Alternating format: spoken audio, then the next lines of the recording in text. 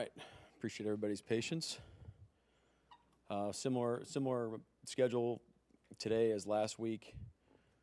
Just felt like that was the best thing for the guys. So, yeah, the guys are excited. Had a great couple meetings this morning, and we're back at it. So, what do you got? You as a defensive coach, what do you like about the chess match of going against an elite offensive play caller and designer? I wouldn't say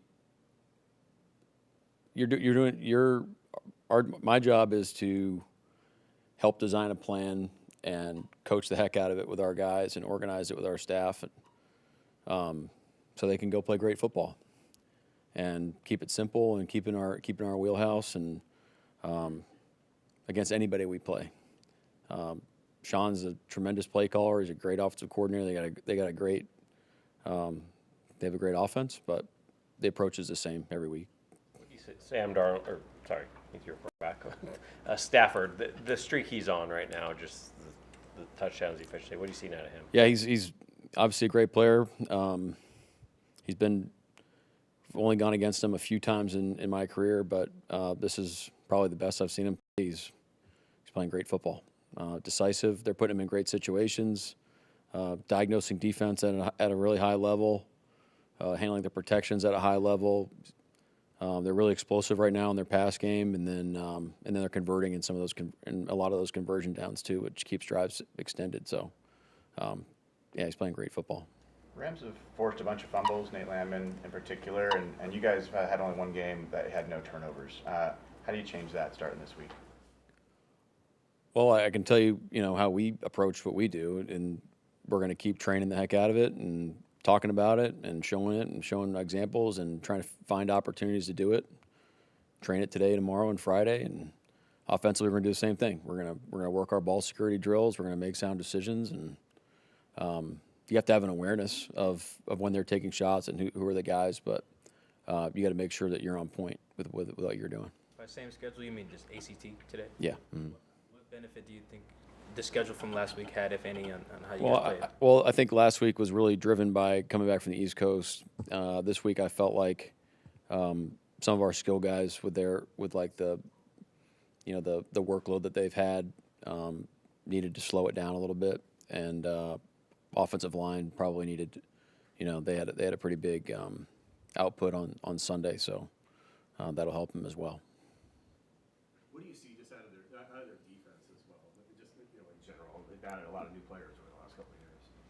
Well, they do a lot of great things. The front's playing really well. I think best thing I can say is they're playing really complementary defense. They're attacking the football.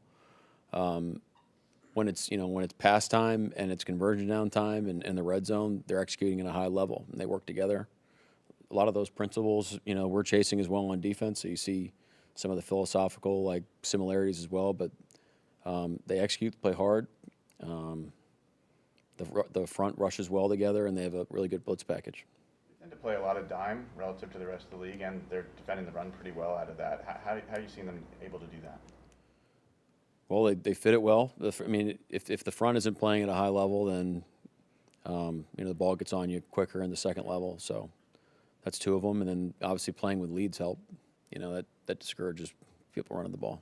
Are Ernest, Torrey, and or Josh going to practice today or be on the field for ACT?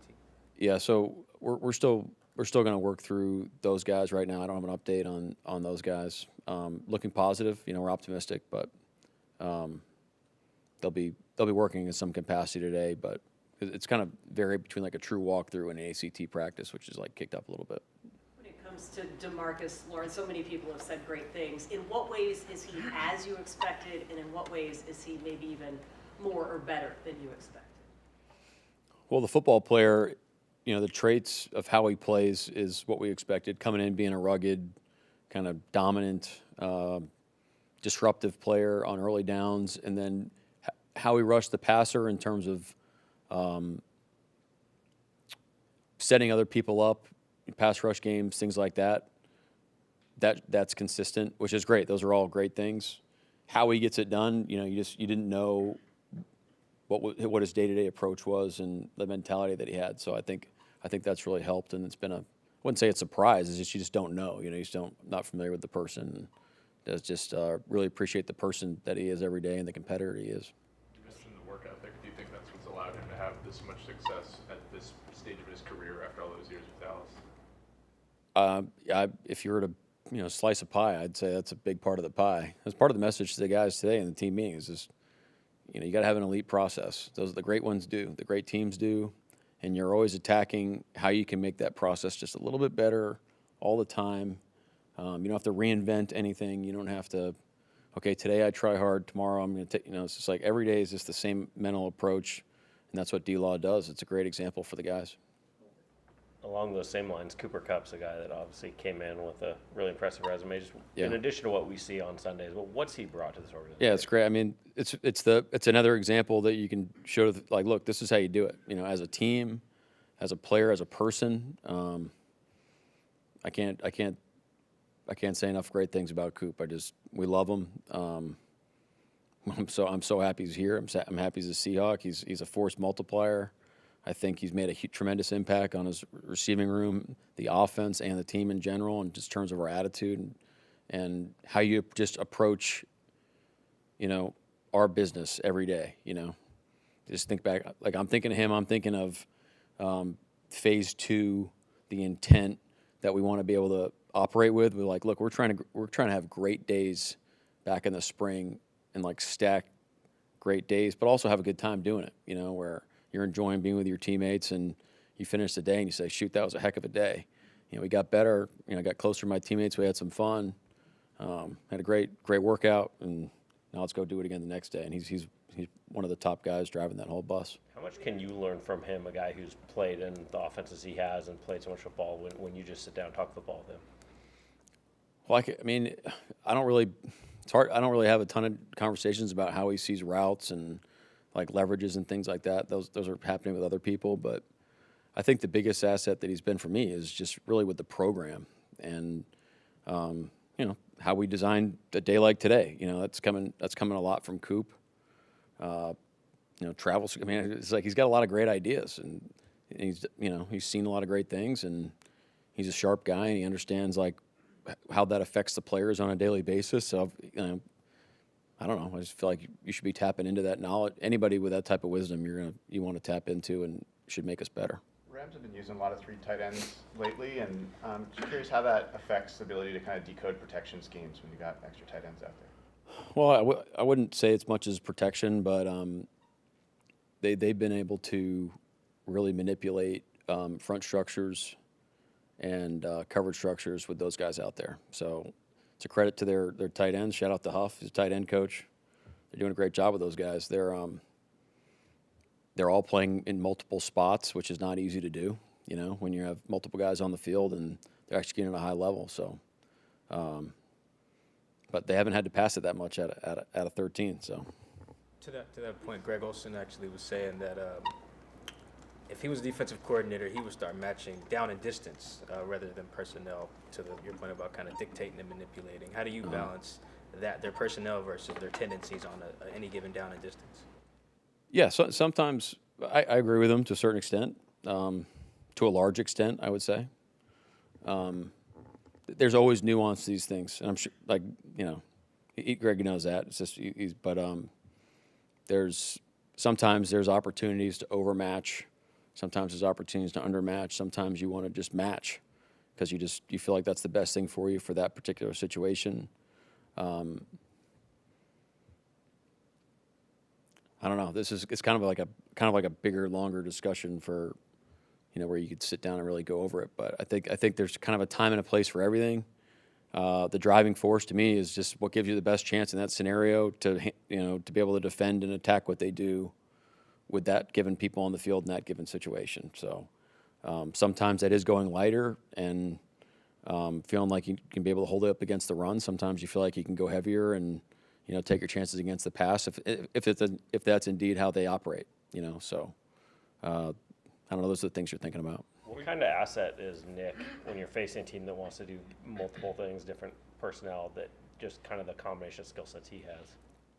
Yeah, it's great. I mean, we're trying to develop him more as a like a in-box run defender, where I think he can make some decisions a little bit quicker. But when he's playing his best ball, he's really heavy-handed. He's a tough guy to move, and he can also play great in space. So he gives you that flexibility to possibly.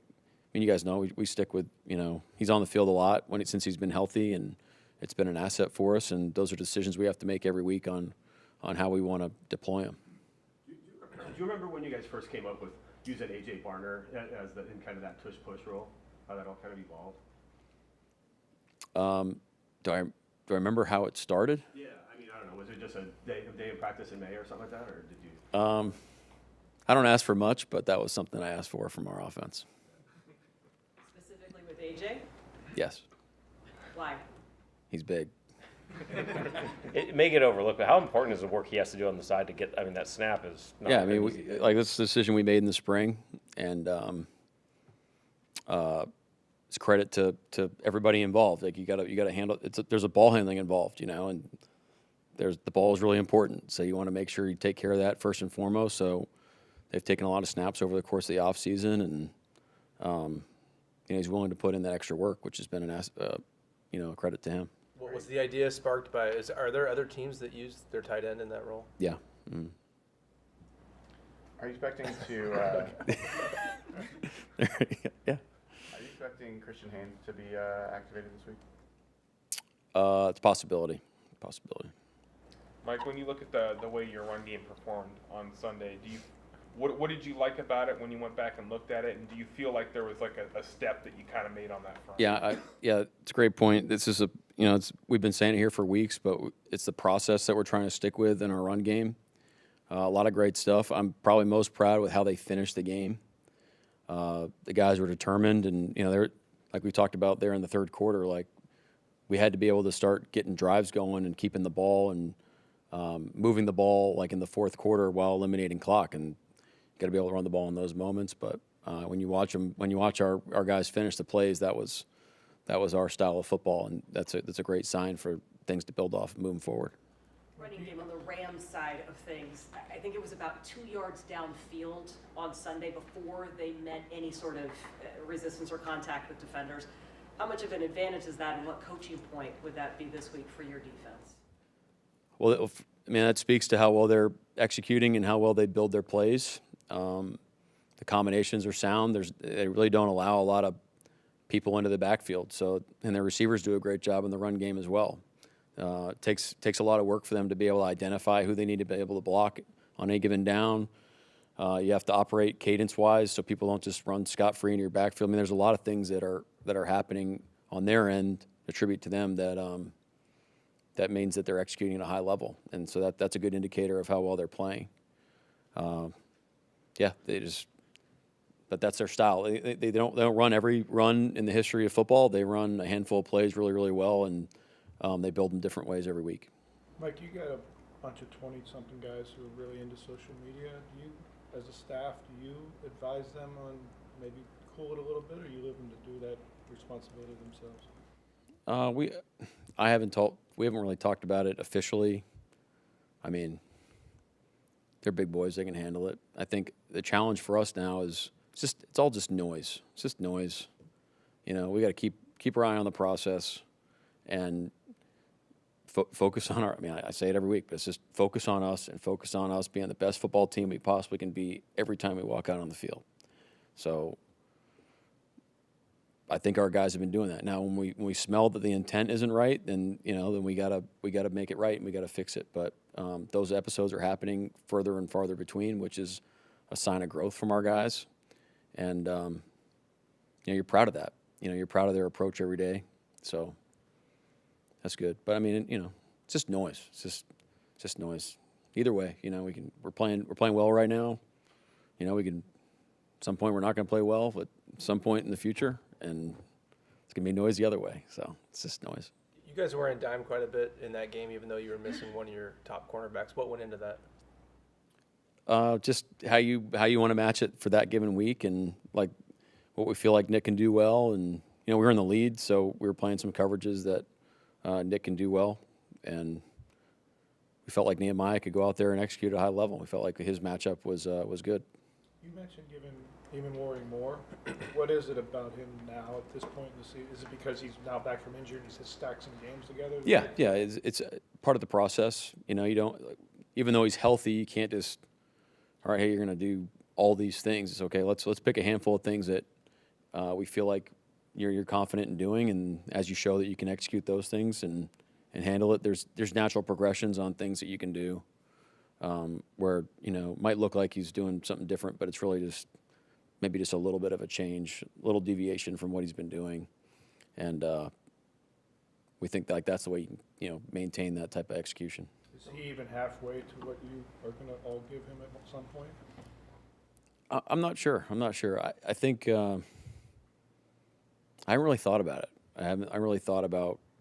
Right, I'm really just thinking about how well we can get our guys to play right now. I know it sounds crazy. It's just like you don't have a lot of time to think about other than what it's going to take for our guys to go play well and how we can go help them. And that's really what we're thinking about. He sounds like a guy that you're just going to say, let's try this, or I want to use him this way. Well, yeah, I mean, so we have several guys like that where you sit down in game plan meetings and you're thinking, okay, how can we use so and so's abilities this game because we're trying to do X or we're trying to do Y, and then you say, okay, well can he do it? Okay, yes. Okay, well, is it worth it? You know, is the juice worth the squeeze? You're only going to get so many reps.